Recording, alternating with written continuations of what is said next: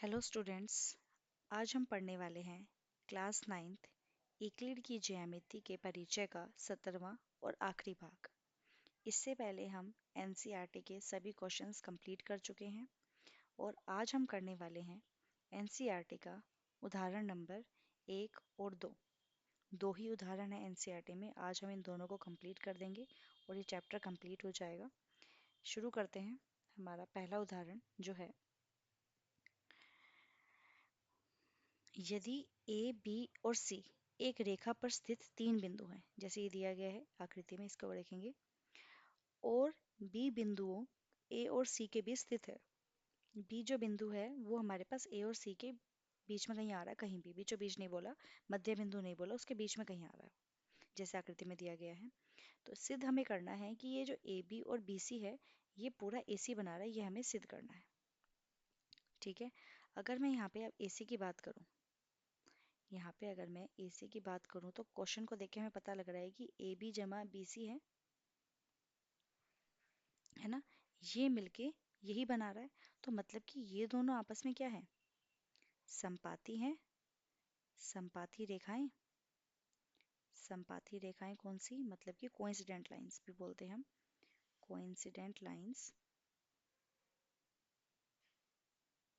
वो लाइंस जो एक दूसरे के बिल्कुल ऊपर आ जाती हैं इस तरीके से, ये बी सी के ऊपर।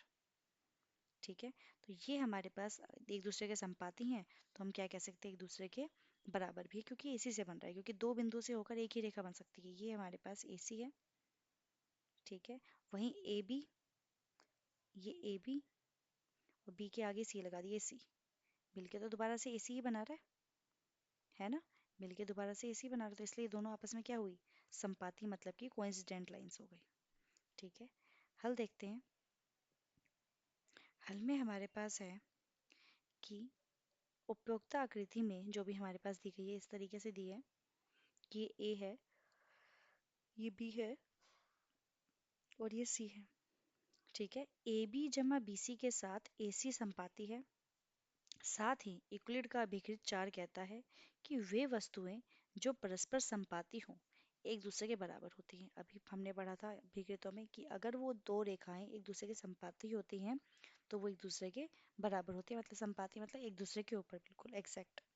अतः यह सिद्ध किया जा सकता है कि ए बी जमा बी सी जो है ए सी के बराबर होगा।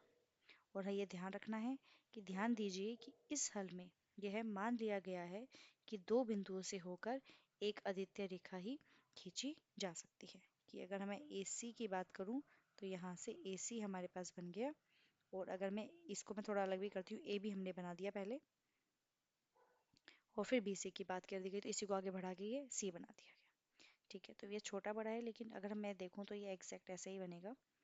एक मिनट, ये इस तरीके से, ये मान लेते हैं बी यहाँ आ गया और सी थोड़ा सा यहाँ आ गया, इस तरीके से ये दोनों एग्जैक्ट सेम हो गए। ठीक है, ये था हमारा उदाहरण नंबर 1।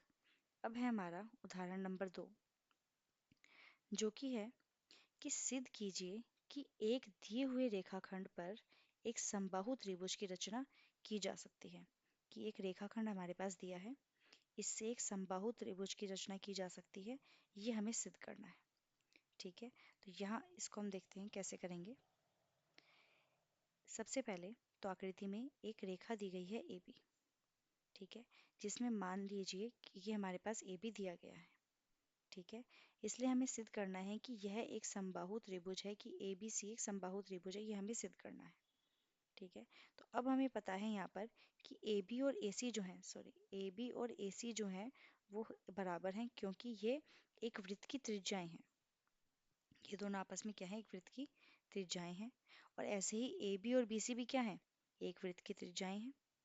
ठीक है, जहां हमने ये देखा कि ए बी जो है इस ए सी के बराबर है, इस ए सी के बराबर है, और यही ए बी इस बी सी के भी बराबर है, तो हम क्या कह सकते हैं कि हमारे पास क्या हो जाएंगे आपस में भी, कि उपभोक्ता दोनों तथ्यों और यूक्लिड के पहले अभिकृत कि वे वस्तुएं जो एक ही वस्तु के बराबर होती हैं वो एक दूसरे के भी बराबर होती है। ये आप निष्कर्ष निकाल सकते हैं कि ए बी बराबर बी सी बराबर ए सी है, जिससे हम कह सकते हैं कि ए बी सी हमारे पास एक समबाहु त्रिभुज है।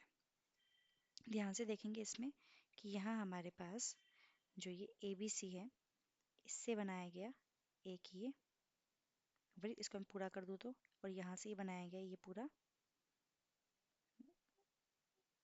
पूरा वृत्त इस तरीके से बना है। सॉरी, ये पूरा एग्जैक्ट नहीं बन रहा है, इस तरीके से, ठीक है। जिसमें आप ध्यान देंगे कि ये देखो, ये ए बी भी हमारे पास क्या है, त्रिज्य है। ये भी हमारे पास क्या है, त्रिज्य है। और ये भी हमारे पास क्या है, त्रिज्या। तीनों ही त्रिज्या है, ये तीनों त्रिज्या है। जब तीनों ही त्रिज्या है तो ये आपस में क्या हो जाएंगी, बराबर हो जाएंगी। और जैसे ये तीनों आपस में बराबर होंगी, क्योंकि ए बी जो है ए सी के बराबर भी है, यही ए बी, ये देखो थोड़ा सा इसमें इस वाले वृत्त की यहाँ पे ये बनाती हूँ, ये इसके इसी सर्कल, इसी वृत्त के त्रिज्याएं हैं।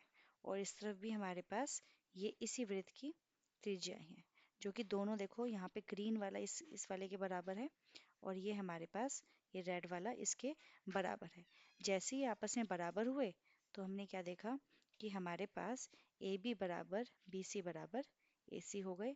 और हम कह सकते हैं कि ए बी सी हमारे पास क्या है, एक समबाहु त्रिभुज है।